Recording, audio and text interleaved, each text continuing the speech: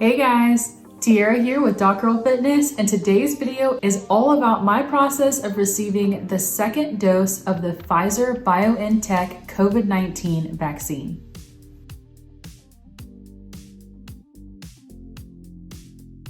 For those of you who don't know me, I'm Dr. Tierra Range, an intern resident physician in pediatrics who makes videos about medicine, lifestyle, and fitness. My last video was about the first dose I received of the Pfizer BioNTech COVID-19 vaccine, and this video is a follow-up now that I have received my second dose of the vaccine. For those of you who regularly watch me, thank you so much for your patience in waiting for new content from me. I needed a little bit of a break from social media and YouTube just to spend time with my family over the holidays and then reincorporate myself back into work on the wards after my recent surgery. I have plenty of videos about all of that and more coming up soon, so make sure to stay tuned to my channel so you don't miss any of it. So last time we talked, I described my entire process of receiving the first dose of this COVID-19 vaccine. This process was very similar, so I won't go into as much detail. So if you are interested in knowing some of the details about that process, make sure to click the link above so you can review how the process went last time.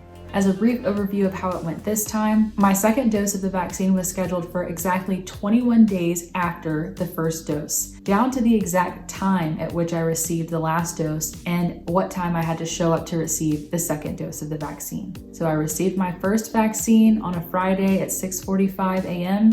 and 21 days later at 6:45 a.m., which ended up being on a Friday, I showed up for the second dose of the vaccine. This process was actually a lot more streamlined than the last time because, as I mentioned before, I was one of the first people in the country to ever receive the vaccine. And as with anything new in life, everybody has to get used to the process. By the time I showed up for my second dose of the vaccine, the entire process was very quick, very simple. I arrived at 6:30 and I was in the chair by 6:45 on the dot. They already knew who I was. They took the vaccine card that I brought the first time I received my shot and they signed it off for the second dose that I received, and they filmed the entire process of me receiving it, so I'll include a clip of that here.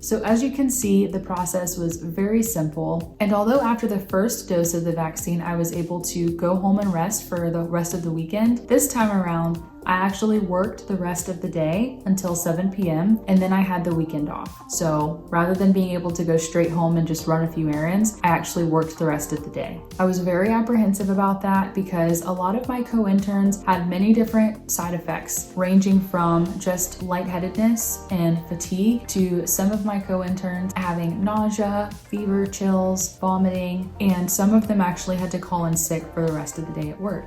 But in residency, you have to just kind of roll with the punches. You can't necessarily anticipate days like this ahead of time. So I just kept my schedule as is, and I said to myself, if I end up needing to call in for the rest of the day, if I develop a fever, then I'll do that, but otherwise I'll try to stick it through the rest of the day. I was surprised that for the rest of the day, the only symptoms that I had were just the soreness in my arm, and it wasn't nearly as sore as it was the first time I received the vaccine. And by the end of the day, I was really tired, but It's hard to know if that could be attributable to being tired because of the vaccine or being tired because I just worked about 13 hours. The next day I woke up, I was fully prepared to have all of these random symptoms, and to be honest with you, I didn't really have any. The entire day, the second day after receiving the second dose of the vaccine, the only symptom I had was fatigue.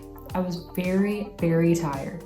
I had gotten a full night's rest because I was able to sleep in because I had the weekend off. And even after having a full night's rest, I still took a 4.5-hour nap in the middle of the day, which is very uncommon for me. I'm not really a person to take naps. But other than that, I had absolutely no symptoms. My arm soreness was gone by the next morning, and I didn't have any nausea, vomiting, fever, chills, any of those symptoms. By day 3, I felt completely back to my normal state of health. I feel like it's very important to share this information with you all because I think oftentimes you only hear about the horror stories about people who receive these vaccines and they have these very adverse side effects, but you never know because you could end up just like me and having very minimal side effects and feeling relatively okay after receiving the vaccine.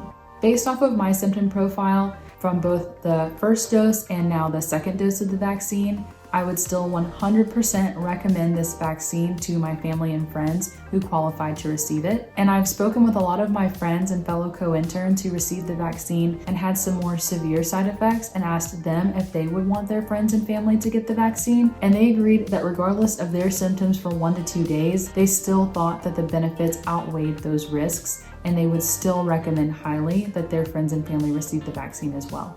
And that's pretty much it, guys. This video was a quick one, but I still definitely wanted to update you all with all of the ins and outs about my second dose of the vaccine and how it all went. As I did last time, I'll make sure to include some resources below so you can read up for yourself about the vaccine I received and whether or not you qualify to receive it yourself. I hope this video was helpful to you all. And for those of you who are waiting on my regular content, stay tuned because as I said at the beginning of this video, I have so much more content to provide to you all, and I can't wait to make more videos for you all about medicine, lifestyle, and fitness. If you liked this video, make sure to give it a big thumbs up. If you have absolutely any questions or if you just want to chat, make sure to let me know in the comment section below. And if you like videos about medicine, lifestyle, and fitness, make sure to subscribe to my channel. I'll see you next time.